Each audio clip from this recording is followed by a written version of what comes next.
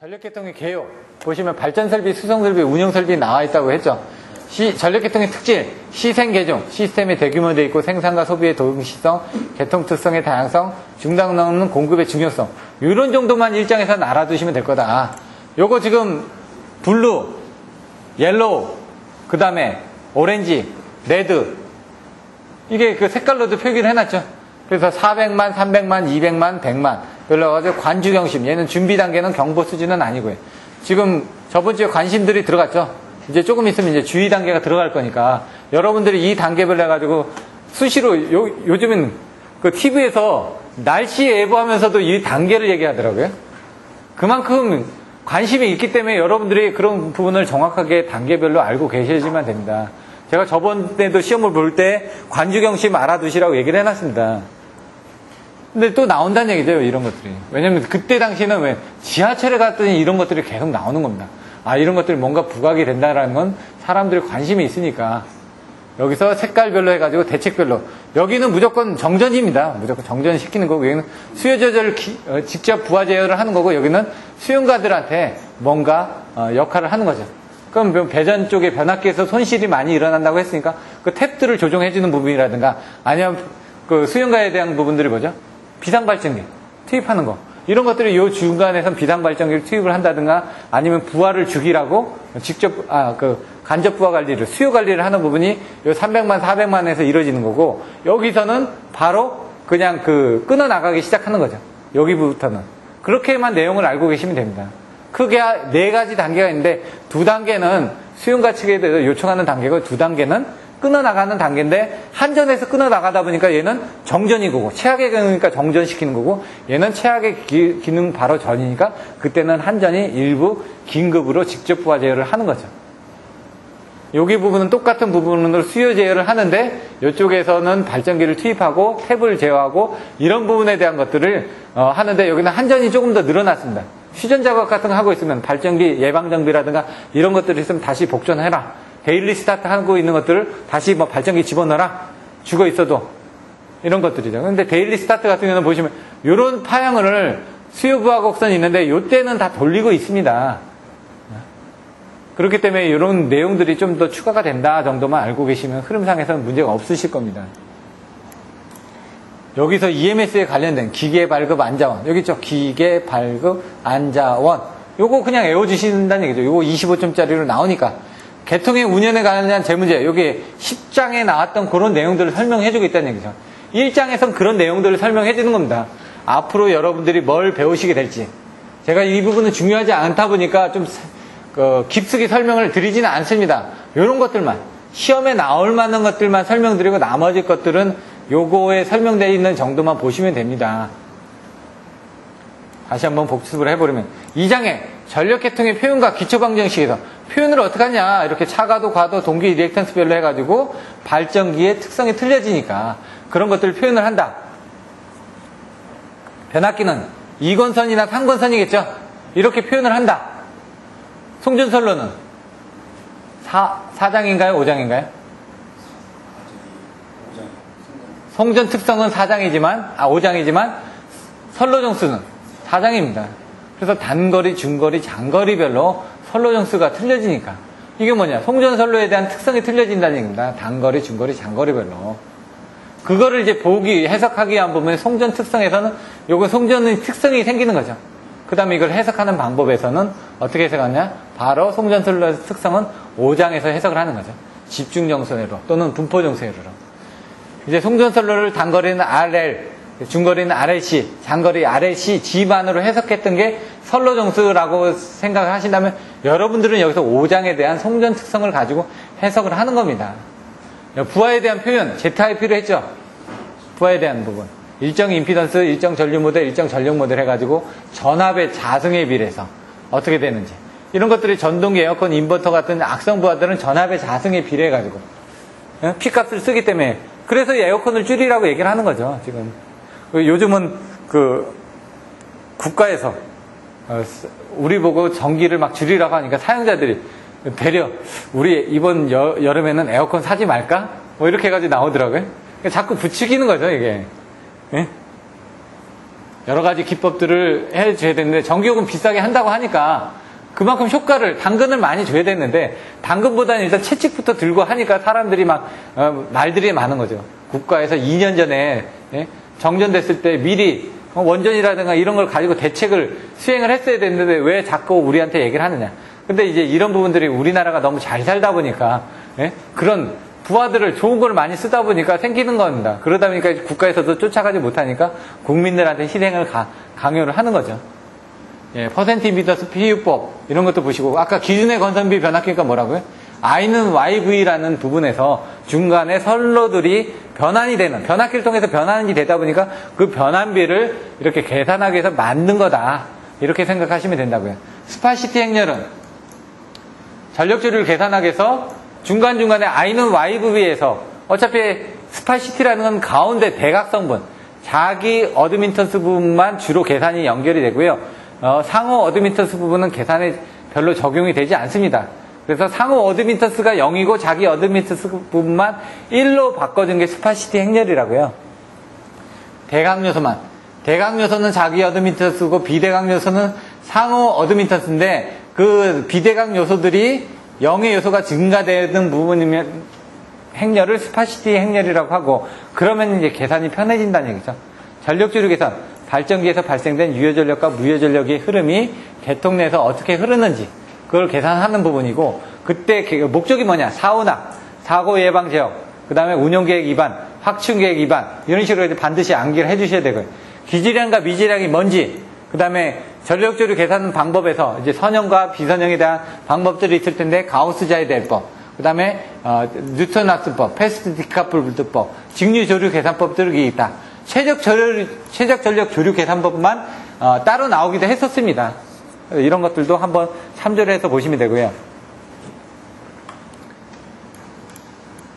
주파수하고 유효전력 제어, PF 컨트롤이라고 얘기했죠. PF. 그러면 주파수 변동 원인이 어떻게 되냐? 부하가 급변하거나, 아니면 수용 가축이 이게 수용 가축이 급변하는 거고, 이건 공급자 측이 변화되는 부분이죠. 그럼 그 수용가 측에서 어떻게 대처를 해야 되고 공급자 측에서 어떻게 부하를 제어를 해야 되는지 그런 내용들이 나오는 겁니다. 그래서 지금 부하의 제어 방식이 어떻게 되냐?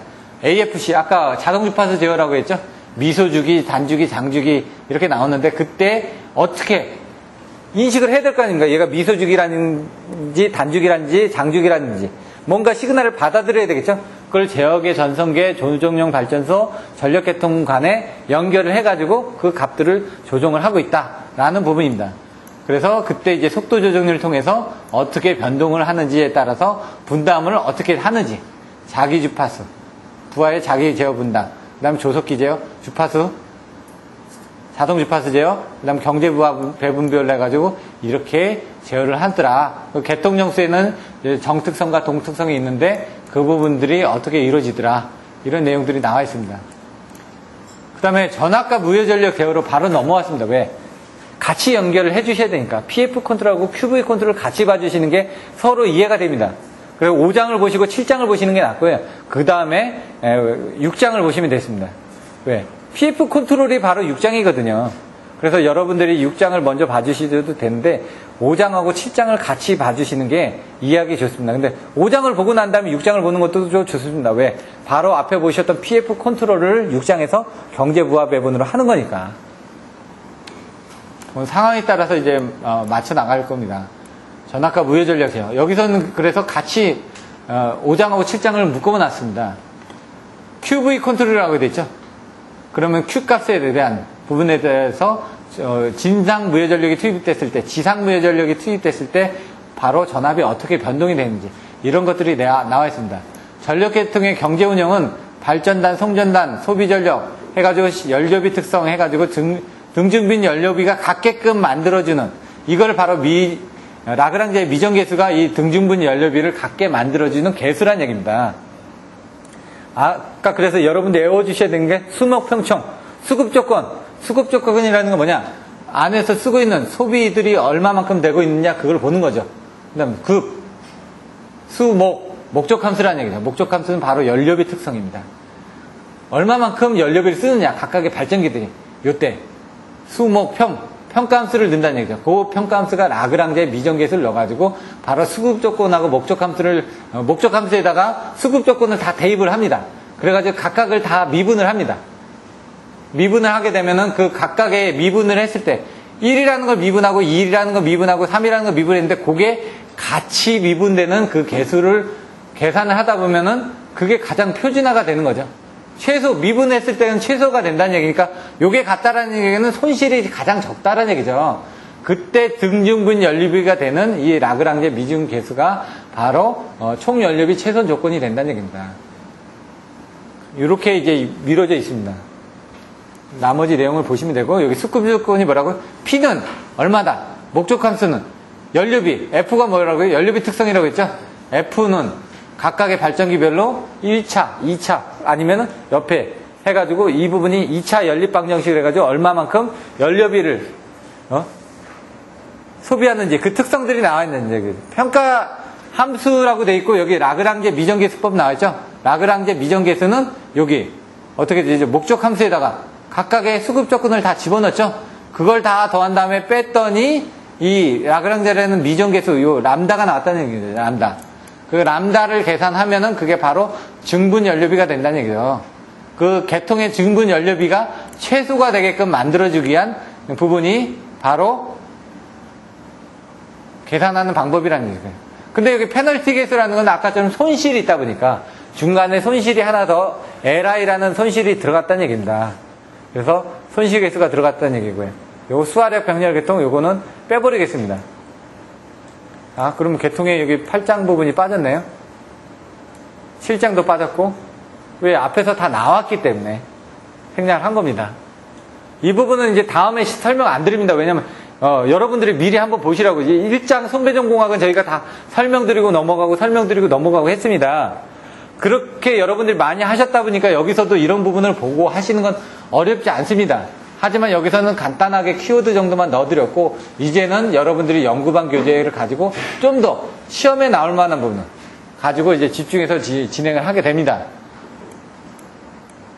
요게 계통의 계획과 운영이 이제 10장 부분입니다. ELD가 뭔지, VQC가 뭔지, 제휴 목표가 뭔지, 제어 대상이 뭔지, 제한 조건이 뭔지, 출력은 어떻게 하는지 예비력 부분에 대한 문제가 나올 수가 있습니다. 이번에 설비 예비력, 공급 예비력, 운영 예비력. 설공은 전대라고 했죠. 설공은 전대, 설비 예비력, 공급 예비력, 운영 예비력, 운전 예비력, 대기 예비력 이렇게 해요. 전대에서는 운전 예비력, 대기 예비력이 들어간다는 얘기죠. 그리고 요거를 그림 6개를 그려가지고 얼마만큼 돼 있는지. 우리 설비 예비력이 어떻게 돼 있냐 이거죠. 전체적인 설비 부분이 용량이 커져야지만 됩니다. 그래서 지금 저희가 7,900만 정도 지금 사용을 하고 있죠.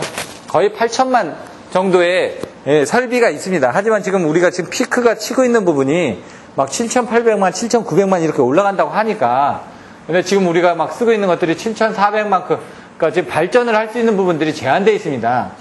뭐 7,700이라든가 7,800 정도 발전을 하는데 실제로 지금 7,400이라든가 7,600 이런 식으로 부하를 쓰니까 예비력이 이제 줄어드는 거죠. 그러다가 갑자기 부하들이 7,800, 900이 되면은 이제 예비율이 없다 보니까 그때는 이제 정전이 이루어지겠죠. 그래서 이런 것들이 설비 예비력, 공급 예비력, 운영 예비력, 운전 예비력, 대기 예비력 이런 별로 해가지고 여러분들이 나눠서 좀 써주셔야지만 됩니다. 공급 예비력이 이게 준비 단계, 관주 경심 설명해놨죠. 400만, 300만, 200만, 100만 이 부분을 같이 봐주시면 되고요. 안전도 제어다.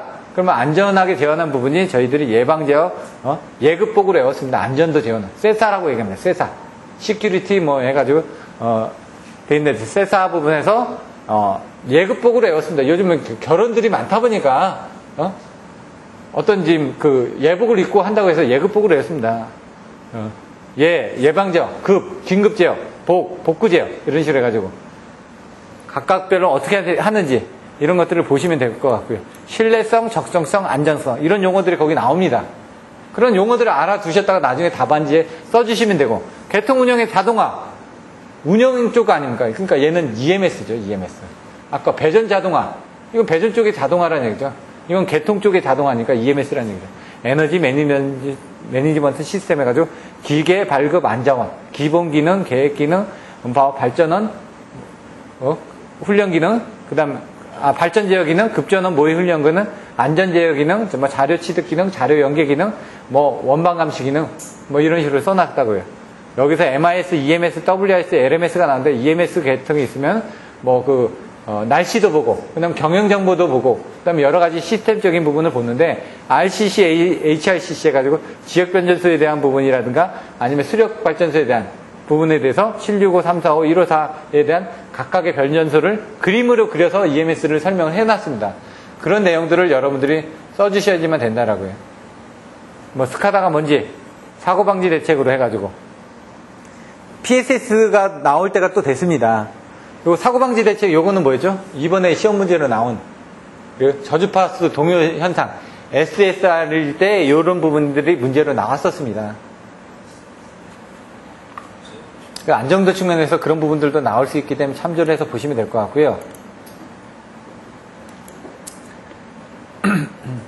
문제적으로 보면은 이제 다음 주에는 이제 책에서 1장 부분을 설명드릴 건데 어떤 부분에 문제들이 나오는지 한번 살펴보겠습니다. 전력계통의 특징을 설명해라. 전력계통의 구성요소 등 동기발전기 표현 방법에 대해서 기술하셔. 이런 게 문제로 나온다는 얘기죠. 이거 보시면 상권선 변압기를 표현하셔. 상권선 변압기에 이제 변압비를 표현하라. 이런 얘기고요. 변압기 표현 방법 뭐가 있죠? 2권선하고 3권선 있죠? 이거를 3권선을 이제 계산을 하는 겁니다. 부하응답 모델이 뭐가 있었죠? ZIP. 예? 그거 가지고 설명해 주시면 되고요. 전력계통 해석, 단위법 설명해 주면 되고요. 단위법으로 계산하는 겁니다. 유효전력 손실, 송전단 전압의 크기 계산하는 거고요. PU도 다 단위법이죠. 기초방식 정식화하는 세 가지 방법 뭐가 있을까요? I는 YV 해가지고 직각좌표, 극좌표 해가지고 여러 가지 내용들이 나와 있죠. 뉴턴 라스법이라든가 가우스 자이델법이라든가 패스트 디카플트법이라든가 이것들 전압과 전류를 어드민스로 표현하는 법. 결국 I는 YV를 표시하는 겁니다. 거기에 어떤 부분이 있냐, 직각좌표도 있고 극좌표도 있고 여러 가지가 있다라는 식으로 표현을 해주는 겁니다. 기초회로 방정식을 모선 방정식을 사용하는 이유, 평렬 계통이 연결이 되다 보니까 I는 Y부로 계산하는 게 편하니까. I는 R분의 V는 R분의 1 더하기 R분의 1 더하기 곱하기 가지고 막 병렬로 더하고 곱하고 해야 되다 보니까 복잡해지는데 이거를 어드민턴스 행렬을 할 땐 더해주기만 하면 되지 않습니까? Y버스 행렬 구하라. 자기 어드민턴스, 상호 어드민턴스 구하라. 자기는 이 부분, 상호는 서로 간에 연결되는 부분. Z부스, Y부스 행렬을 구하라. 기준의 건선비 변압기 취급, 파이형, 그 다음 T형 이렇게 나오죠. 근데 파형은 왜냐? 전달함수가 하나죠. T형은 전달함수가 두 개죠. 그래서 여기서는 파형으로만 보는 겁니다. T형은 전달함수가 두 개다. 왜 전달함수가 두 개죠? 이렇게 하니까 여기에 임피던스가 두 개 있고 어드미턴스가 하나 있지 않습니까? 파형은 임피던스가 하나고 어드미턴스가 두 개죠. 그러다 보니까 전압강은 하나입니다. 근데 전류는 하나, 둘, 셋, 넷, 5개가 나오죠. 그리고 어떻게 되죠? 여기서 전압강은 하나다 보니까 이렇게 그립니다. 예? 근데 여기서는 전류가 5개니까 하나, 요거에 대해서, 그 다음에 요거에 90도 올라간 부분이 하나가 올라가겠죠. 둘. 그럼 요거하고 만나는 부분이 하나가 있으니까 여기 또 셋, 이렇게 뭐 대략적으로 하면 셋 나오겠죠. 그럼 요거에 대해서 또 90도가 또 올라가는 부분이 또 하나가 또 나오겠죠. 그럼 얘하고 또 만나는 부분이 또 이렇게 가다 보면 또 하나가 또 나오겠죠. 이렇게. 그래서 5개가 나온다고 그랬죠. 파형은 정확한 거 2개죠. T형은 하나, 둘, 어드미턴스 하나죠. 전압강각 2개니까 하나, 그림이 이렇게 하나 나왔었죠. 또 그림이 또 하나 또 나왔었죠. 그래서 얘 나오고 얘 나왔죠. 그리고 전압강은 2개인데 전류는 하나, 둘, 3개밖에 없지 않습니까? 여기 하나, 여기 직각 90도 둘, 이렇게 셋, 여기 3개밖에 없다고 설명을 드리죠. 이렇게 여러분들이 이해를 해주시면 됩니다. 먼저 어떻게 나오는지만 정확하게 이해해 주시면 그림을 그리거나 할 때는 어렵지가 않다고요. 기준의 건선비 변압기 파형 등가르기로 해가지고 왜 파형으로 하냐면은 아까처럼 임피던스를 하나만 더하면 되니까. 그래서 얘가 모선이 드러났을 때는 뭐 n의 자승 마이너스 1에다가 뭐 y를 더하거나 뭘 뺀다 뭐 이런 내용들이 나옵니다. 이런 것들도 이제 나중에 보시면 외울 수 있는 방법이 있습니다. 오래 지나면은 이해를 하고 있으면은 쓰는데 이해가 힘드니까 어떻게 합니까? 암기를 하고 나서 거꾸로 이해를 자꾸 하는 겁니다. 키워드를 암기를 해놓고 나면 이게 뭐였지 하면 그 다음부터 이 다음에 뭐가 나오지 하고 이렇게 여러분들이 이해했던 거를 끄집어낼 수가 있는데 이해만 하고 있으면은 이걸 끄집어내기는 힘들다는 얘기입니다. 나머지 보시면 될 것 같고요. 전력주류 계산의 대표적인 전력주류 계산 방법 뭐가 있냐? 가우스-자이대법, 뉴턴-라스법, 그 다음에 패스트 디카플드법, 그 다음에 직류 조류 계산법도 있었죠. 그런 것들. 조류 계산의 입출력 데이터. 이건 뭐냐? 기질량, 미질량 뭐냐 이거죠. 가우스-자이대 비선형 방정식을 뉴턴-라스법을 쓰시오. 연립 방정식을 가우스-자이대법으로 푸시오. 여러분들이 이걸 딱 보니까 이 가우스-자이대법은 연립 방정식으로 푸는 거고 뉴턴-라스법은 비선형 방정식을 푸는 거구나. 그러니까 연립 방정식이라면 선형 방정식은 가우스-자이대법으로 푸는 거고 비선형 방정식은 뉴턴-라스법으로 푸는 거구나 라는 걸 아실 수가 있다는 얘기죠. 그런 식으로 이제 디카플드법은 뭐냐? 또 나오겠죠. 패스트 디카플드법은 디카플드법을 더 빠르게 한 게 패스트 디카플드법. PQ로 나눠서 계산을 한 겁니다. 디카플드법은. 그래서 그거를 딱 정의를 해주는 겁니다. 여기서 전력 조류 계산 방법에서 여러 가지 부분들이 있는데 얘는 뭘 이용하기 위해서 이렇게 썼고 얘는 뭘 이용하기 위해서 이렇게 썼다. 이런 부분을 정의를 하게 됩니다. 슬랙부스, 가속계수 이런 것들은 나오고요. 스파시티 아까 설명드렸던 부분이고요. 직류 조류 계산법만 따로 문제를 물어보기도 한다. 주파수 제어를 왜 해줘야 되냐? 주파수 제어가 올라가고 내려서 갔을 때 틀려진다 그랬죠? 기기의 효율이라든가 특성 쪽에 문제가 생기니까. 그러면서 나오는 게 이제 조금 있으면 이제 PV 컨트롤에서 전압 제어의 필요성이 또 나오겠죠. PF 컨트롤에서는 PF다 보니까 F가 먼저 나오죠. FP죠. F가 먼저니까 주파수 제어를 왜 해주냐. 그러기 위해서는 P값이 어떻게 변동이 돼야 되냐. 그래서 계통에서 발전량을 조정을 하다 보니까 주파수를 일정하게 유지하기 위해서 한전에서 그렇게 노력을 한다. 동기운전을 한다라는 걸 아실 수가 있고 QV 컨트롤에서 V가 먼저 나온다고요. 전압을 제어하기 위해서 한전에서 그렇게 조정 설비, 전압 조정 설비, 조상 설비를 그렇게 넣었다 뺐다 하는구나. 그래서 여러분들 송배전공학에서 발전기의 페란티 현상이라든가 이런 부분들을 발전기 자기여자 현상이라든가 아니면 이런 것들을 많이 배우셨던 거죠. 주파수 제어를 하기 위한 방법들이 어떻게 있냐? 미소주기, 단주기, 장주기별로 해가지고 AFC를 사용한다든가 아니면은 여러 개 직렬 배분, 재배분, 병렬 재배분 또 나오죠. 여러 가지 방식들이 또 나옵니다. 그 다음에 방식들이 조합을 어떻게 하느냐? AFC, FFC, 그 다음에 FFC, TBC 이렇게 내용들이 나오죠. 그런 것들이 이제 나중에 헷갈려지는데 기준을 어떻게 하느냐에 따라서 틀려진다는 얘기죠. AFC 조합 방식에서는 세 가지 방식이 있다고 얘기할 거예요. 그 다음에 AGC의 조합 방식에서 집병, 배병이 나온다고 얘기할 거예요. 그런 식으로 이제 키워드를 가지고 있지 않으면 나중에 AGC를 물어봤는데 열심히 AFC에 대해서 써고 있습니다. 그러면 답이 틀려졌다는 얘기죠. 근데 물론 거기에 쓸 때 AGC도 AFC가 들어가 있긴 합니다. 하지만 조합 방식에 대해서 설명할 때는 집병, 배병으로 설명을 해줘야 되는데 그게 LFC 이런 부분, FTC, FFC, TBC 이런 부분을 설명하고 있으면 이 부분은 틀렸다라고 거버린다는 얘기죠. 그래서 그런 것들을 조심해서 설명을 하셔야지만 됩니다. 350kW가 탈락했다.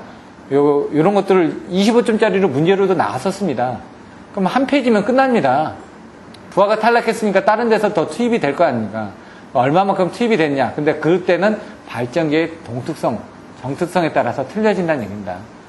화력발전소의 연료비 특성. 아까처럼 이제 손실을 계산할 때 연료비 특성이 어떻게 되냐. 얘에 대한 악셀레터를 밟았을 때 얼마만큼 갈 수 있는 놈이냐. 얘가 스포츠카인지 아닌지, 토크가 얼마인지 이런 것들을 지금 얘기하고 있다는 얘기죠. 그런 것들에 따라서 경제 부하 배분을 하기 위해서는 어떻게 해야 되냐.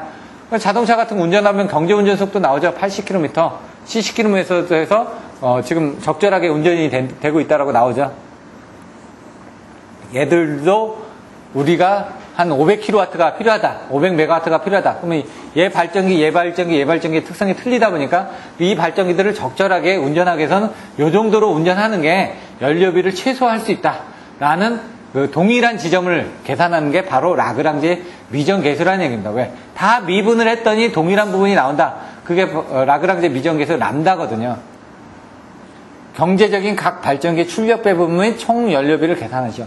이게 라그랑제 미정계수인데 이때 손실을 고려하게 되면 페널티 계수가 들어가다. 다 송전 손실을 무시하고 계산을 하는데 최적 발전 제보 나오면서 송전 손실을 고려하게 되면 뭐가 나온다? 페널티 계수가 나오더라. 이번에 페널티 계수가 나왔었습니다. 그러니까 이런 것들 송전 손실 고려하지 않은 경우, 무시한 경우에 대한 문제가 10점짜리로 나올 수도 있습니다. 나머지 보시면 될 것 같고요.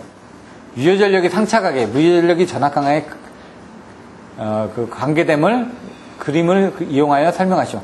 다 그림을 이용하라 이거죠. 그림 수식 빠지면은 설명하기 힘듭니다. 그래서 그런 부분 봐주시고요. 무효전력 발생원과 소비원, 이게 QV 컨트롤이죠. 앞에서 설명드린 과부적시 문제점, 어떻게 보상을 해줘야 되는지 이런 것들. QV 제어 방식, PV 안정도 부분이 여기서 또 나왔습니다. 전압 안정도가 있는데 이 QV다 보니까 전압 안정도하고 같이 좀 본 겁니다. 여기서도 전압 안정도의 개념, 증진 대책 이런 것들이 옛날에 나왔습니다. 개통상, 사고 방지 대책상, 운용상, 보호상, 공급 신뢰도 향상. 아까 10장에 보면 신뢰도 측면, 뭐 운용상 측면, 뭐 무슨 측면 나왔었죠. 그런 것들이 이제 거기서도 키워드가 나오듯이 얘들도 보시면 이런 식으로 이제 문제가 나왔을 때 거기에 맞게끔 답안지를 써주셔야 된다는 얘기죠. 근데 이제 여러분들의 그 기본서 안에는 그런 내용들이 간단하게 키워드만 있고 안에 내용이 안 나와 있죠. 그래서 여러분들이 그 연구반 교재를 보고 여기에 맞게끔 써놓은 것들을 보고 자꾸 훈련을 하셔야 된다는 얘기죠. 예비력이 뭐가 있다고요? 키워드? 설공은 전대, 설비 예비력, 공급 예비력, 그 다음에 운용 예비력, 운전 예비력, 대기 예비력. 지금 이렇게 반복 안 해주시면 예비력 나왔을 때 못 씁니다. 키워드가 나와줘야지. 근데 키워드만 나와주시면 안 되고 아까처럼 그 표를 그려주시고 내용을 설명하는 건 여러분 몫이라는 얘기죠. 일단 나중에 설명드리겠지만 일단 기본적인 안전도 돼요. 안전도 하면은 뭐가 나온다고요? 키워드? 예급복, 예방제어, 긴급제어, 복구제어, 시큐리티 컨트롤에서 그걸 설명하는 겁니다. 지금 예방제에서는 어떻게 하는지, 긴급제에서는 어떻게 하는지, 복구제에서는 어떻게 하는지, 전력계통 특징 해가지고 이제 내용들이 나옵니다. 자, 요거 한번 보시면 똑같습니다. 전력계통은 뭐라고요? 발전설비, 수송설비, 운영설비 세 가지로 나눠져 있다. 그걸 설명한 겁니다. 전력계통의 특징, 키워드 뭐라고요? 시, 생, 개, 중, 시, 시스템의 대규모성, 그 다음에 생산과 소비의 동시성, 개통 특성의 다양성, 그 다음에 중단 없는 공급의 중요성. 이렇게. 이게 키워드가 나와주셔야지만 된다는 거예요. 키워드를 쓰고 그 안에 내용을 설명하는 게 이게 바로 10점짜리 문제로 나온다고요. 전력계통의 구성요소, 이런 부분이 있고요. 이런 부분은 나중에 저희가 자료를 보내드릴 테니까 한번 참조를 해서 보시면 될 것 같고요. 1장 부분을 보시면은, 1장 부분은 다음 시간에 시작을 할 겁니다. 여기 보시면은 이런 식으로 발전설비, 수송설비, 운용설비. 여기 보시면은 발전설비, 수송설비, 수용설비가 운용설비거든요, 여기. 운용설비. 이 세 가지가 있다. 그거를 이 그림으로 이제 그려주시면 됩니다. 전력계통의 개요가 이렇게 돼 있다. 그럼 나가면은 이런 부분 빼고, 발전설비에는 뭐가 있다. 그 다음에 보시면은 수송설비에는 뭐가 있다. 그러니까 키워드를 외워주셔야 되니까 여러분들이 아까 목차에 있는 그 키워드들은 반드시 반복을 해주셔야 되면 된다는 얘기죠. 제가 그래서 지금 2번에 걸쳐서 이 장에 나오는 키워드들을 간단하게 설명을 드렸습니다.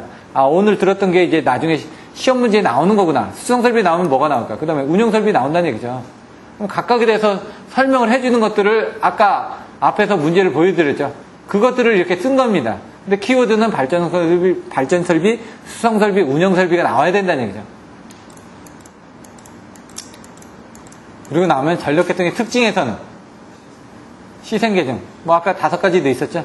시스템의 대규모성, 생산과 소비의 다양성, 그 다음에 계통 특성의 다양성, 중단 없는 공급의 중요성. 그리고 이제 5번째로 하나 더 나와 있는 것들도 있더라. 3개는 4개만 있지만. 그래서 그 5개 있는 걸 한번 보라는 얘기죠. 우리나라 전력계통의 발달. 어떻게 발달되어 있는지. 154, 345. 그러니까 66kV에서 전압이 올라갔다고 아까 설명드렸죠. 그래서 154로 올라가고, 그 다음에 복도체를 사용하고, 여러 가지 부분이 바뀌었다는 얘기죠.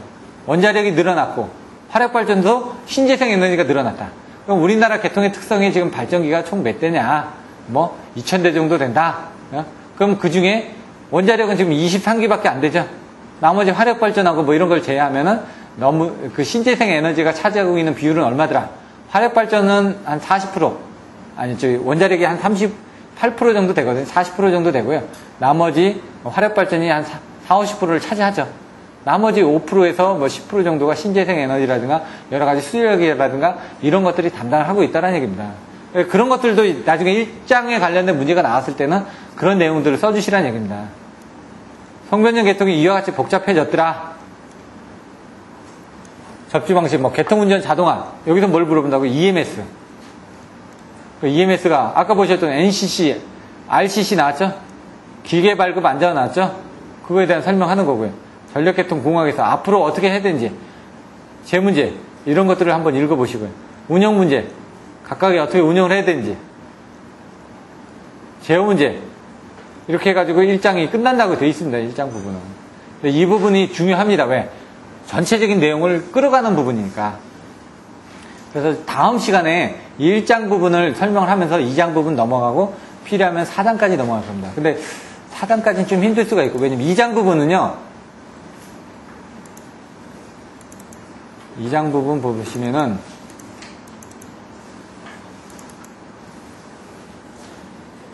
페이지 많은데 동기발전을 어떻게 표현하냐, 아까 보셨던 것처럼 이렇게 나와있죠. 차가도 과도 동기 리액턴스별로 어떻게 표현을 하는지,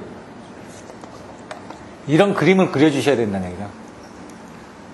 동기발전의 등가를 그려주시고 차가도 과도 이 부분별로 여러분들 답안지 보시면 기본서에 있는 내용이 다 들어가 있습니다. 그렇기 때문에 제가 연구반 교재 가지고 좀 설명드리고, 이 자료들이 전력계통공학 쪽은 여러분들이 책에 어디 나와있다 이렇게만 한번 설명드릴 겁니다. 거꾸로 송배전공학 때는 거꾸로 했습니다.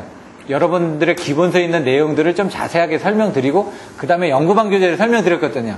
왜냐면 그게 기본이 되어 있어야지만 여러분들이 보기가 이해하기 쉬우니까.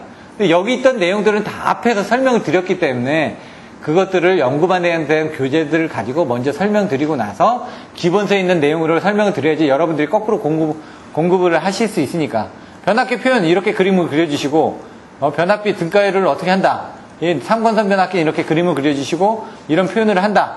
송전솔로는 이런 그림을 그려주시고, 그 다음에 송전솔로에 대한 부분 4단자 정산입니다. 이렇게 표현을 한다. 그러면 여러분들의 답안지에 이런 키워드만 나와 있습니다.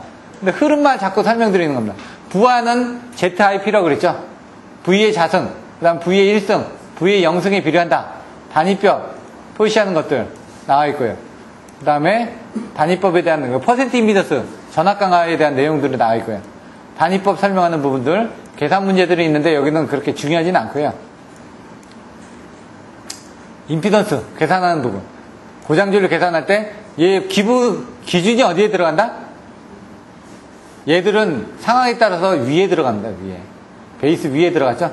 베이스 위에 들어갔죠? 이런 것들만 이제 밑에 들어갔고요. 퍼센트 임피던스. 그러니까 이제 그 대부분은 최대 전력분의 평균 전력 해가지고 밑에 뭔가 기준이 다 들어가죠. 웬만한 거는. 기준분의 왜 작아지니까. 수치가 작아진다는 건 뭔가 기준이 큰 게 있으니까 거기서 얘가 얼마나 되는지를 보는데, 고장 전류 부분만은 기준이 크게 돼 있죠. 뭐 100MV 베이스 때 사고 전류를 계산해요. 그럼 사고 전류는 평상시 때 정상 전류보다 커지는 거죠. 그러니까 걔는 기준 전류가 윗부분에 올라간다라고 보시면 된다라고요. 그리고 송배전공학 쪽에서는 Y축이 먼저 나고 그다음에 X축이 나중에 나오는 식으로 나오는데, 전력계통공학에서는 기준이 뭐라고요? X축이 먼저 나오고 그다음 Y축이 먼저 나오는 식으로 그림이 그려진다. P가 이쪽이 나왔으면 F는 이쪽, Q가 이쪽이 나왔으면 이쪽이 나오고, 나머지 것들은 이쪽이 나오면 이쪽으로 나온다. 그래서 거기에 대해서 뭐 전압이라든가 전류를 가지고 비교해주는, 단락 전류를 가지고 비교를 한다든가, 5장 같은 경우 송배전솔레 뭐 발전기 자기여자 현상 보면 여기를 기준으로 해가지고 얘가 뭐든지 그려지는 겁니다. 무여자일 때, 자여자일 때, 이런 식으로 해가지고 내용들이 나와진다. 나중에 부분을 보시면은 기초방정식에서 이렇게 전류가 흐르는데 그거를 어떻게 계산한다? I는 YV로 계산한다. 결론적으로 YV로 계산하다 보니까 이와 같이 연립방정식 계산이 되는데, 그 연립방정식을 어드민턴스 행렬로 만들어가지고 만든 게 바로 이런 지수다. 이 어드민턴스 행렬이 나온다는 얘기죠. Y버스 행렬이. 여기에 여러분들이 필요한 부분을 넣었다 뺐다 해가면서 기준의 건선비 변압기를 이용하게 되면 이런 식의 변압기가 계통에 연결되면 위와 같이 건수비가 바뀌어진다. 건수비가 바뀌어지면 나중에 보시면은 이런 식으로 요게 늘어나고 요게 늘어나는 부분이 된다. 요 부분을 설명드릴 겁니다. 그리고 나서 여기에다 그냥 늘어나는 거니까 여기에다가 지금 늘어나는 부분이 이렇게 늘어나는 겁니다. 이렇게. 그거 계산한 걸 보면은 이렇게 늘어나게 되면은 된다. 계통이 변화되진 않습니까? 여기에 변압기 부분이 들어갔으니까. 그때는 여기 부분에 이런 부분을 넣어가지고 계산하면 되고, 그거를 이제 변화하고 나가는데 모선의 형태에 따라서 이와 같이, 계산이 되어지는 부분들이 조금씩 틀려진다. 얘 때는 이렇게, 얘 때는 이렇게 해가지고 세 가지 방법이 있다. 라는 부분이 나와 있습니다. 그리고 그때 계산되어지는 부분이 이런 식으로 고행렬 부분만 계산이 됐는데, 그거를 이제 추격을 한다는 건 워낙 많죠. 우리가 한전이 지금 많다 보니까 그거를 중간중간 추격해가지고 계략적으로 계산한다는 얘기입니다. 암산하는 거하고 똑같죠. 우리가 뭐 있다 그러면은 이거를 어떻게 얘기하냐. 100개를 하나로 바꿀 수도 있습니다. 왜? 그 안에 0이란 개수가 많다 보면, 여기는 대략적인 거 하나로 이제 표시를 하는 거죠. 이제 근사값이 나오기 때문에 정확하지는 않습니다. 하지만 이 부분이 안정하나 불안정하나를 판단할 때는 좋다는 얘기죠. 등면적법 뭐죠? 면적만 가지고 판단하죠. 그러니까 면적이 고장이 나기 전에 필요한 에너지하고 고장이 나고 난 다음에 필요한 에너지를 면적으로만 대략적으로 비교했을 때 얘는 안정하다 계산하는 것처럼 크론의 축약 공식을 이용해가지고 이렇게 계산할 수가 있더라. 여기서 이제 크론의 축약 공식 정도가 이제 또 중요한 부분입니다. 그래서 나머지를 계산하는 부분이 나와 있습니다. 그래서 다음 주에는 1장, 2장을 설명드릴 겁니다. 근데 기본서에 있는 내용을 가지고 책으로 설명드리는 게 아니라요. 연구반에 있는 내용을 가지고 설명드리고 책에 있는 것들은 여러분들 거꾸로 보실 수 있게끔. 왜냐면 이 내용을 설명드리기가 오늘도 좀 설명하기 힘들었던 게 배전선로 부분이 책에 아까 연구반 교재를 보면 딱딱 키워드가 나와 있는데 그 책에 있는 내용들을 가지고 설명드리기에는 여러분들이 머릿속에 싹 안 들어왔을 겁니다. 그래서 12, 13, 14장까지는 송배전공학에까지는 여러분들이 그렇게 좀 훈련을 해주셔야지만 되고 이 전력계통공학에서는 거꾸로 보고 훈련을 하시는 부분을 하셔야 된다는 얘기죠. 이상으로 마치도록 하고요. 다음 주에는 1장, 2장 하고요. 만약 시간이 된다라고 그러면 4장 전력주류 계산의 기본 개념까지 넘어가도록 하겠습니다. 좀 빨리 넘어갈 거니까 미리 연구반 교재들을 애워가지고 예습을 해가지고 오시면 될 것 같고요. 다음 주에는 오후에 2시부터 6시까지 자료를 제가 오늘 또 보내드릴 겁니다. 지금 어떤 관련도 문제를 하게 될 건지 그 자료를 미리 한번 보고 오시면 될 것 같습니다. 고생하셨습니다.